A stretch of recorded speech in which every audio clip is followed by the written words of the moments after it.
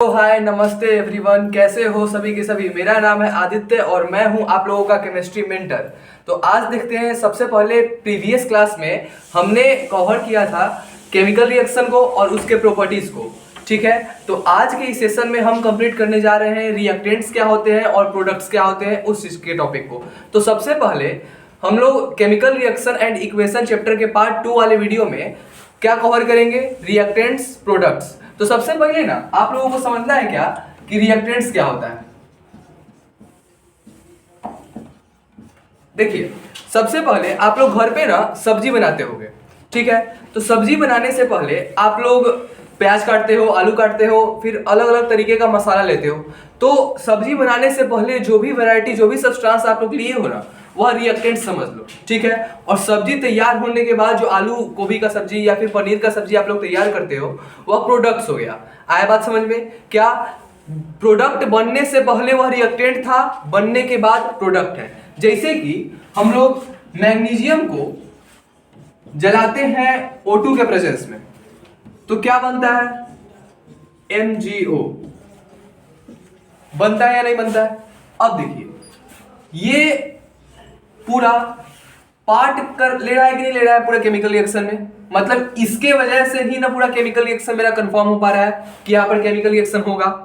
यही मिलकर ना एक नया प्रोडक्ट को फॉर्म कर रहा है। तो देखिए, ये दोनों जो है सो केमिकल रिएक्शन करवाने में परफॉर्म कर रहा है, पार्ट ले रहा है, तो ये रिएक्टेंट्स हो गया।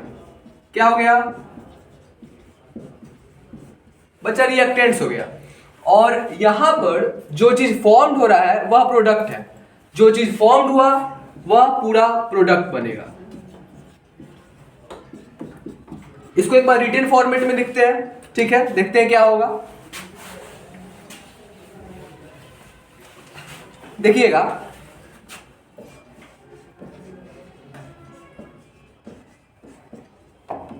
रिएक्टेंट्स के बारे में लिखेंगे कि the substance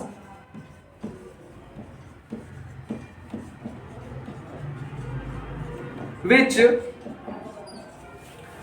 take part in a chemical reaction।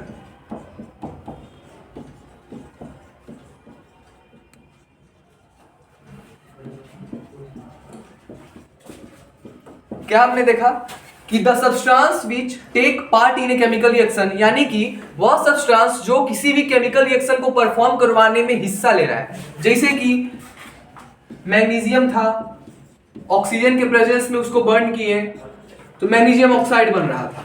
हमने देखा था ये। ठीक है, देखा था। अब एक बात मुझे बताइएगा, यहां पर तो मैग्नीशियम और ऑक्सीजन जो है सो दोनों पार्ट ले रहा है, पूरे केमिकल रिएक्शन को परफॉर्म करवाने में पार्ट ले रहा है कि नहीं ले रहा है। तो यहां पर हमने देखा कि ये रिएक्टेंट्स था। रिएक्टेंट्स क्लियर हो गया?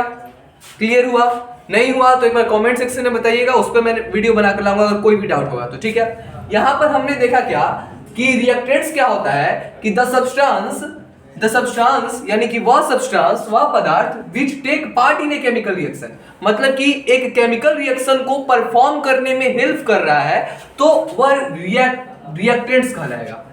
आया समझ में? आया समझ में? अब चलिए दूसरे टॉपिक पे आते हैं। दूसरा टॉपिक था बच्चा प्रोडक्ट। क्या है टॉपिक? प्रोडक्ट। प्रोडक्ट क्या होता है? देखिए,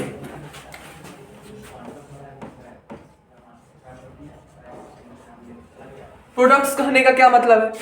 द सब्सटेंस यानी कि वह सब्सटेंस जो बन के आए किसी भी केमिकल रिएक्शन में। सब्सटेंस which is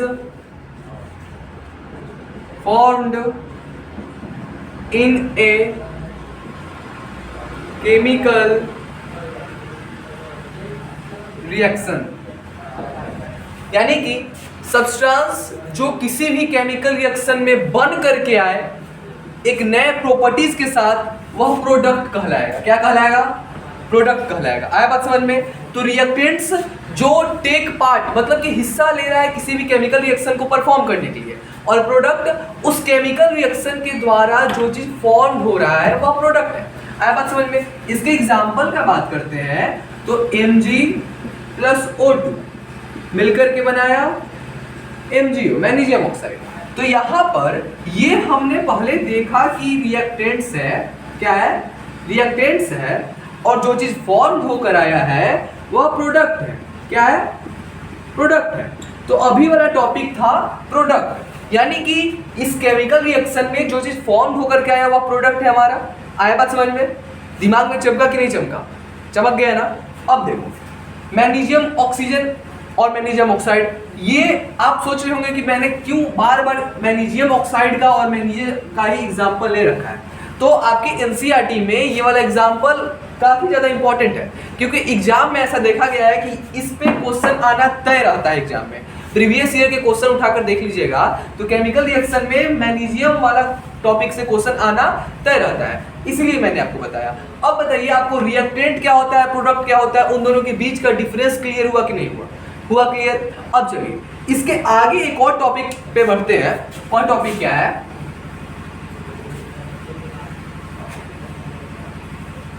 देखिए, सबसे पहले ना एक चीज को समझेंगे क्या कि किसी भी केमिकल रिएक्शन को ना दर्शाने के लिए हम दो चीज का यूज करते हैं।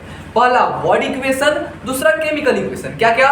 Word equation, chemical equation, word equation, chemical equation. सबसे पहले ना वर्ड इक्वेशन में हम लोग जैसे कि हाइड्रोजन लिए तो हाइड्रोजन का पूरा नाम लिखे, प्लस क्या, ऑक्सीजन लिए तो ऑक्सीजन का पूरा नाम लिखे। फॉर्म्ड क्या हुआ? वाटर, तो वाटर का पूरा नाम लिखे। ठीक है, तो ये जो है सो आपका वर्ड इक्वेशन है। क्या है?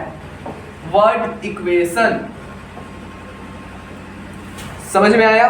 क्या है ये वर्ड इक्वेशन? क्योंकि यहां पर जो सब्सटेंस हिस्सा ले रहे हैं केमिकल रिएक्शन में, उसे मैंने वर्ड के फॉर्मेट में सजा करके लिखा है, वर्ड के फॉर्मेट में सजा कर लिखा है। लेकिन अभी ना एक बात समझिएगा कि हमारे केमिस्ट्री में सबसे ज्यादा उपयोग किया जाता है वर्ड इक्वेशन नहीं, वर्ड इक्वेशन का यूज बहुत कम किया जाता है। सबसे ज्यादा उपयोग किया जाता है किस चीज को? केमिकल इक्वेशन को, केमिकल इक्वेशन को। आया बात समझ में? आया बात समझ में? और केमिकल इक्वेशन का यूज क्यों किया जाता है, केमिकल इक्वेशन क्या होता है, उस चीज को समझते हैं। वर्ड इक्वेशन क्लियर हुआ, वर्ड के फॉर्मेट में रहेगा तो वर्ड इक्वेशन, और केमिकल के फॉर्मेट में रहेगा तो केमिकल इक्वेशन। देखिए केमिकल इक्वेशन क्या होता है? देखिए केमिकल इक्वेशन कहने का मतलब कि जो भी सब्सटेंस होगा उसको हम लोग केमिकल के फॉर्म में लिखेंगे। किस चीज के फॉर्म में लिखेंगे? केमिकल्स के फॉर्म में लिखेंगे। जैसे कि हमने देखा H2O2 H2O।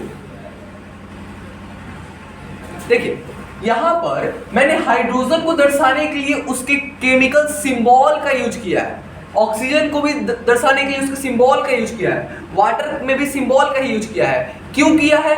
क्योंकि अब एक बात बताइएगा, हाइड्रोजन लिख रहे थे बच्चा, जब हम हाइड्रोजन लिख रहे थे तो उसमें ये चीज तो नहीं बता सकते थे कि यहाँ पे 4 हाइड्रोजन है, इधर ऐसे 2 तो नहीं लिख सकते थे। ये तो रॉन्ग फॉर्मेट था कि नहीं था? ये रॉन्ग है ना, ऐसे तो लिख नहीं सकते हैं। इसीलिए हम लोगों को अगर बताना रहता है कि कितना एटम प्रेजेंट है उस चीज में, उस सब्सटेंस में कितना एटम प्रेजेंट है, इसीलिए हम लोग केमिकल के फॉर्म में लिखते हैं। आया बात समझ में? जैसे कि हम हाइड्रोजन को लिखे तो यहीं पर जैसे हाइड्रोजन के सामने 2 लिखा हुआ है, तो इस तरीके से हर जगह आप देखते हो कि लिखे हुआ केमिकल के फॉर्म में कि उस सब्सटेंस का कितना एटम प्रेजेंट है। आया बात समझ में? वर्ड इक्वेशन और केमिकल इक्वेशन के बीच का difference, what is the difference between word equation and chemical equation. आज का वर्क रहेगा आपका कि आप लोग इस चीज पे स्टडी करके आएंगे और इस चीज के बारे में लिख करके लाएंगे कि differentiate between word equation and chemical equation. आया बात समझ में? चलिए धन्यवाद। अगर कोई भी डाउट हो तो आप कमेंट सेक्शन में लिखकर बता सकते हैं, उसका सॉल्यूशन आपको काफी जल्द मिल जाएगा। और मैं हूं आप लोगों का केमिस्ट्री टीचर। हर एक साइंस के सिलेबस का, क्लास 10th का आपको यहाँ पर तोड़ ममोड़ के एकदम अच्छे तरीके से जवाब दिया जाएगा। चलिए थैंक यू।